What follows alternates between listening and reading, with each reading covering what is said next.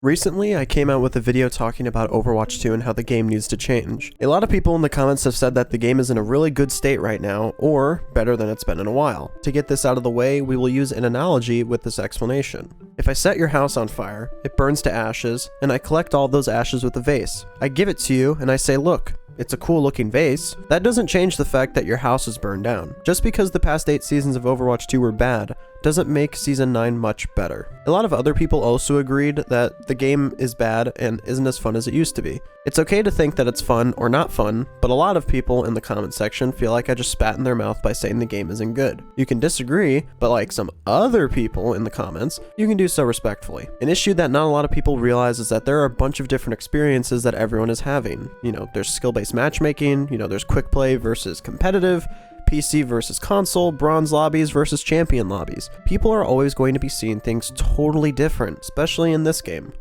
I played Overwatch back in its first year of its release. I experienced Halloween, Christmas, summer games, and even the anniversary. I stopped playing after a while though. I just took a break, played other games. But I would come back to the game every couple months or so to see how the game was doing. Eventually, I took a couple years off the game. Then when visiting family, I fully played competitive, like properly.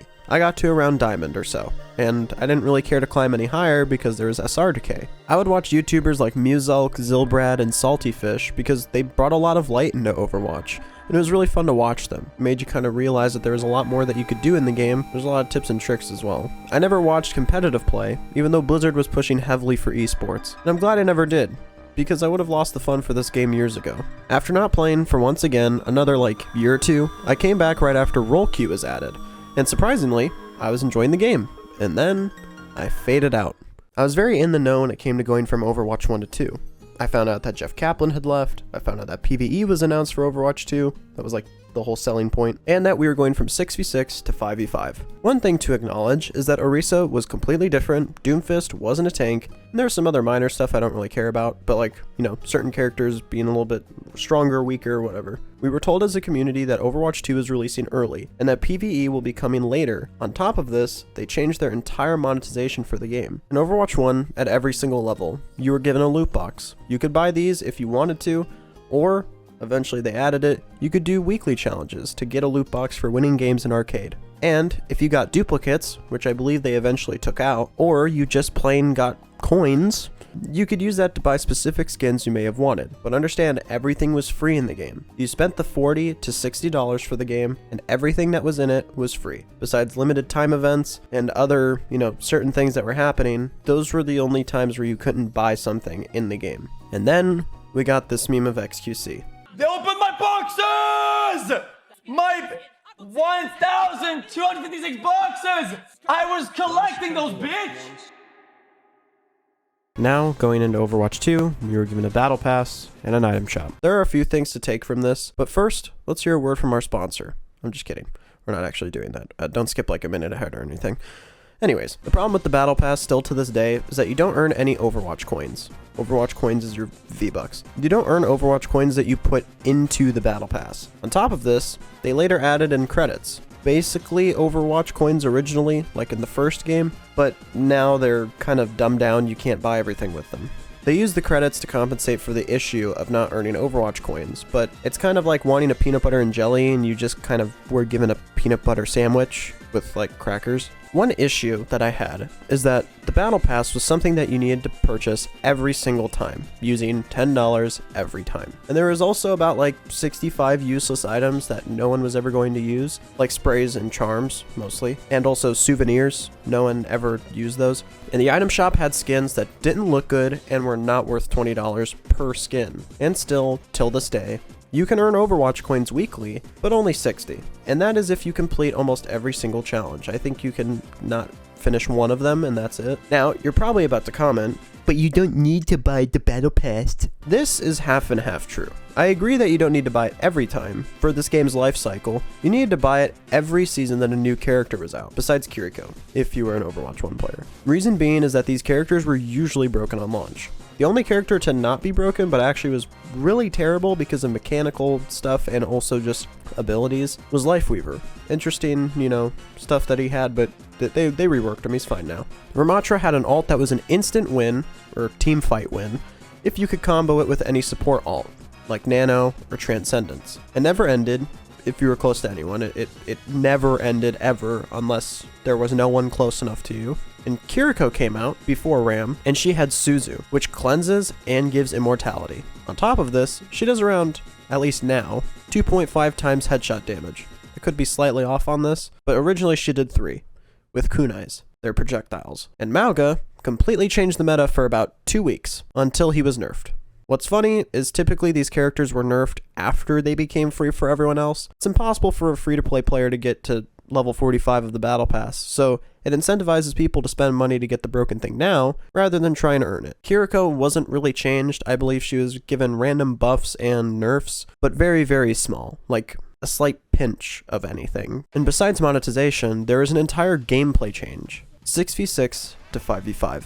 Correct me if I'm wrong, but I believe pro players got to see, 5v5 for the first time or something like that, and they got to try Overwatch 2 early. They all said it was ass and that Blizzard shouldn't do it. Clearly they didn't listen. In the trailer for Overwatch 2, we saw simple stuff that wasn't ever added, like, being able to inspect your weapons and PvE. Those are my most, those are the biggest points. PvE was later canceled, and everyone kind of realized that we were lied to and conned into this game. A lot of people put money into this game because they were promised that PvE was coming later, putting in some sort of investment. The promise. I believe with a lot of time put into it and it actually being a finished product, it would have been great, but the problem with Blizzard, and especially with Bobby being CEO at the time, was they wanted money now rather than later. This is why Overwatch 2 came out sooner, so that money could just be sapped from the community.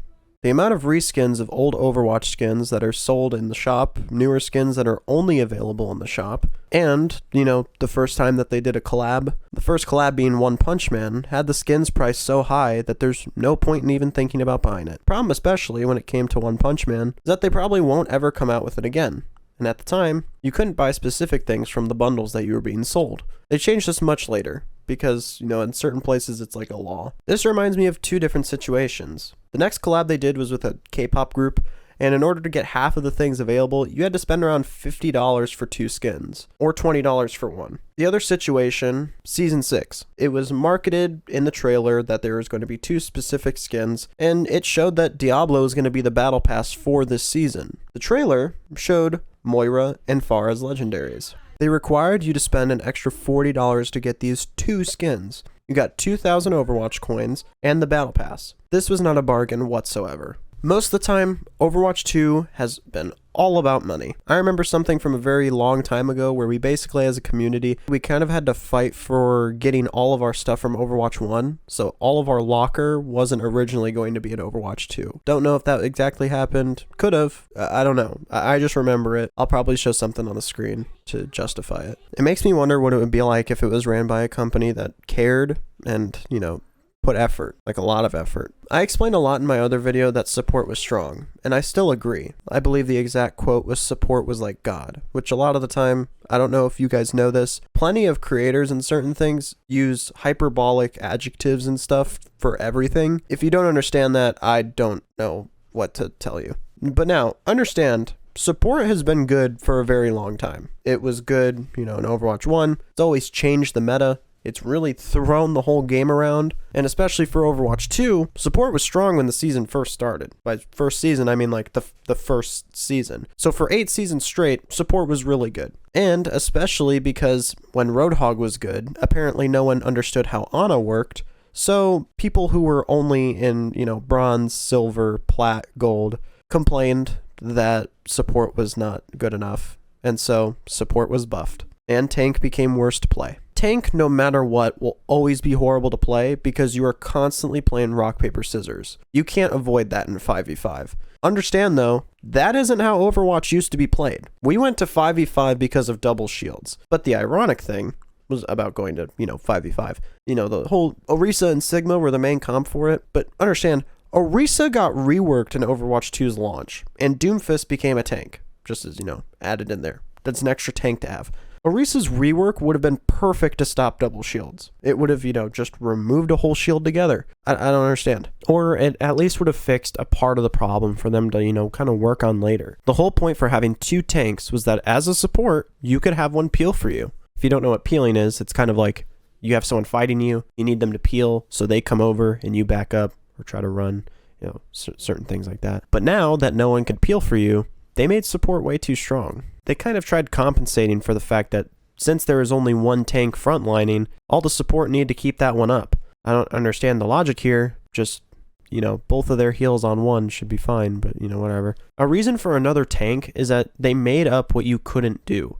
And that's why people love tank synergies. A lot of different tanks work together well, especially a character like Mauga or Junker Queen would have worked pretty nicely. One thing to also keep in mind that, you know, I completely forgot to add is Kiriko, Junker Queen, and also Sojourn at the same time were worked on mostly when it was 6v6. So that's kind of the plan, that they were going to be added for 6v6. Then they had to be changed and fucked around with when it came to becoming a 5v5 game. Bap's lamp and AoE self-healing, and the fact that his weapon is so strong, makes a 1v1 almost impossible. 1v1ing Kiriko is even harder. She has Suzu and can just TP away. She also has the chance at a random headshot that can take away half of your health, or at least like a third. You're a tank and you're full health, not really. Zen also became less of like a fragilely powerful character. His kick is stronger than Lucio's boop, and he can discord you and kill you with very strong projectiles. I don't believe this dev team would be able to go back to 6v6 and make it work, because they still can't make 5v5 work for some reason.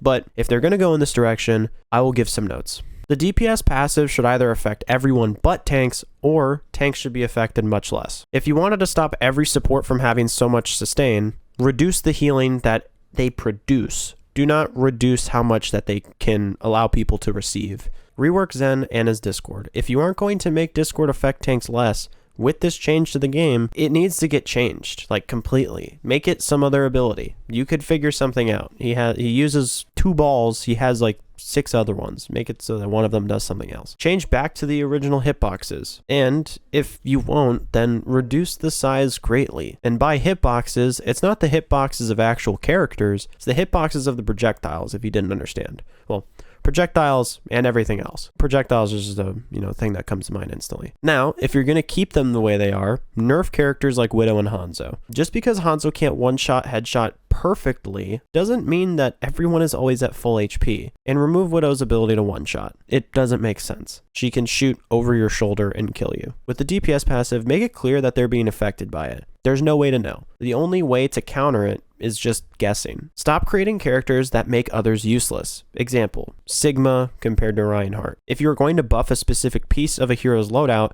then give them one thing to con what they're doing. Or, you know, a negative. If you're going to buff them, give them some sort of nerf in return. Don't make it so that they're constantly being buffed. If it's something very impactful, you need to change them. Don't nerf Mercy's flying and healing abilities. Many people don't complain about that. Nerf her damage boost, either for specific roles or in general. Stop making Sojourn better because dogshit players say that she isn't good. And remove Orisa's sniper shots. If you don't know, she has no fall-off damage anymore. She can shoot insanely far. It's really unnecessary. The damage fall-off made sense for her, or at least pull it back a little. Alright, I can finally say that I'm not going to be playing this game for a very long time. The more I play, the more I see the patches, the more streamers talk about this stuff, the more I realize that this will never be Overwatch 1 because of how bad people manage it. Heavy casuals and pros have totaled this game because instead of Blizzard making the best choice, they usually make the easiest one. Brig being added, goats being formed, roll Q becoming a thing, to